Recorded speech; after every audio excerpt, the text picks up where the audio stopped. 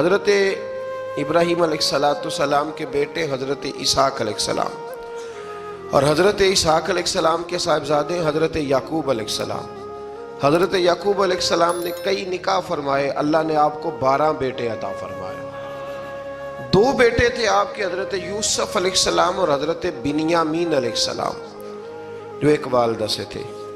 حضرت یوسف علیہ السلام بڑے حسین و جمیل تھے، بڑے خوبصورت تھے۔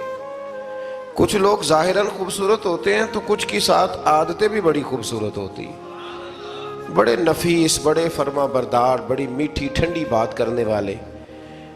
ہوتا یہ ہے کہ جب کوئی بچہ پیارا بھی ہو اور عادتیں بھی اچھی ہوں تو ماں باپ کی آنکھوں کا تارا بن جاتا ہے، باقی محنت کرنے کی بجائے شکوہ کرنا شروع کر دیتے ہیں۔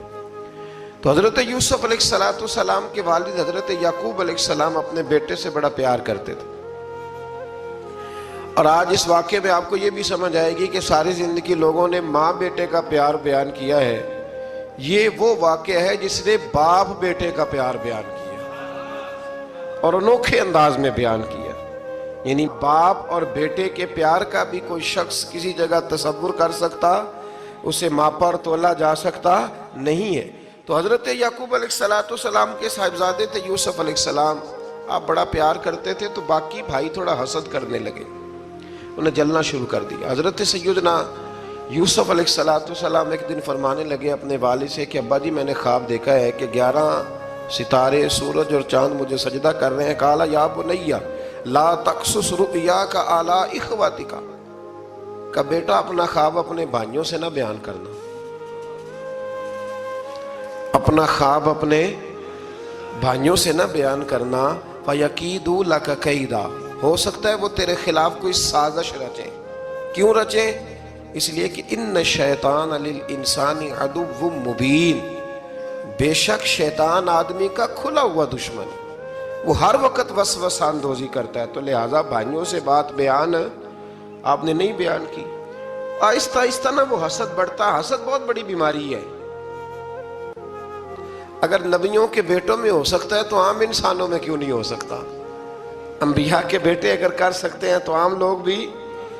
آپ جب کسی شخص کو دیکھیں نا کسی کے بارے میں کچے جملے بول رہا ہے، کمزور بات کر رہا ہے، تو پہلے اچھی طرح ٹٹول لیں کہ حق بیان کر رہا ہے یا صرف حسد کے بیچ رہ کے گفتگو کر رہا ہے۔ بہت بڑی بیماری ہے۔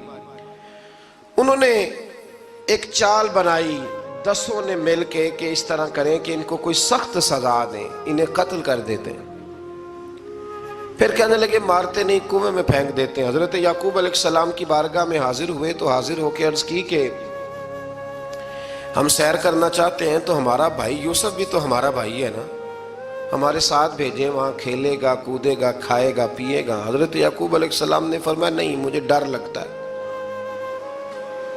کہ کہیں میرے یوسف کو کوئی تکلیف نہ پہنچ جائے۔ کچھ ایسے ہوتے ہیں جنہیں جدا کرنے کو دل ہی نہیں کرتا کہ وہ جائیں نہ۔ کئی دفعہ بعض بچے نالائق ہوتے ہیں، وہ جدا ہوتے ہیں لیکن ان کو جدا کرنے کو دل، لیکن حضرت یوسف تو لائق بچے تھے نا اپنے والد کے، ان کا بھی نہیں ارادہ تھا۔ بھائی لے گئے اور لے جا کر کے حضرت یوسف علیہ السلام کو پہلے بہت زیادہ مارا، پھر حضرت یوسف علیہ السلام کا کرتا اتار کے ان کے ہاتھ باندھے، پھر بڑے بھائی نے یہودا نے رسی کے ساتھ باندھ کے کنویں میں لٹکا دیا، اور پھر جب درمیان میں پہنچے تو پھر رسی کو کاٹ دیا۔ حضرت یوسف جب گرے پانی میں آواز آئی تو ہنسے۔ مفسرین نے لکھا ہے کہ اللہ تعالیٰ نے حضرت جبریل امین کو بھیجا، فرمایا جاؤ میرے یوسف کو پکڑ کے نا تو احتیاط کے ساتھ نیچے رکھ دو۔ حضرت یوسف کو رکھ دیا گیا۔ 3 دن اور 3 راتیں جناب یوسف کنویں میں رہے۔ بچانے والا زیادہ بڑا ہے، محفوظ رکھنے والا زیادہ طاقتور ہے۔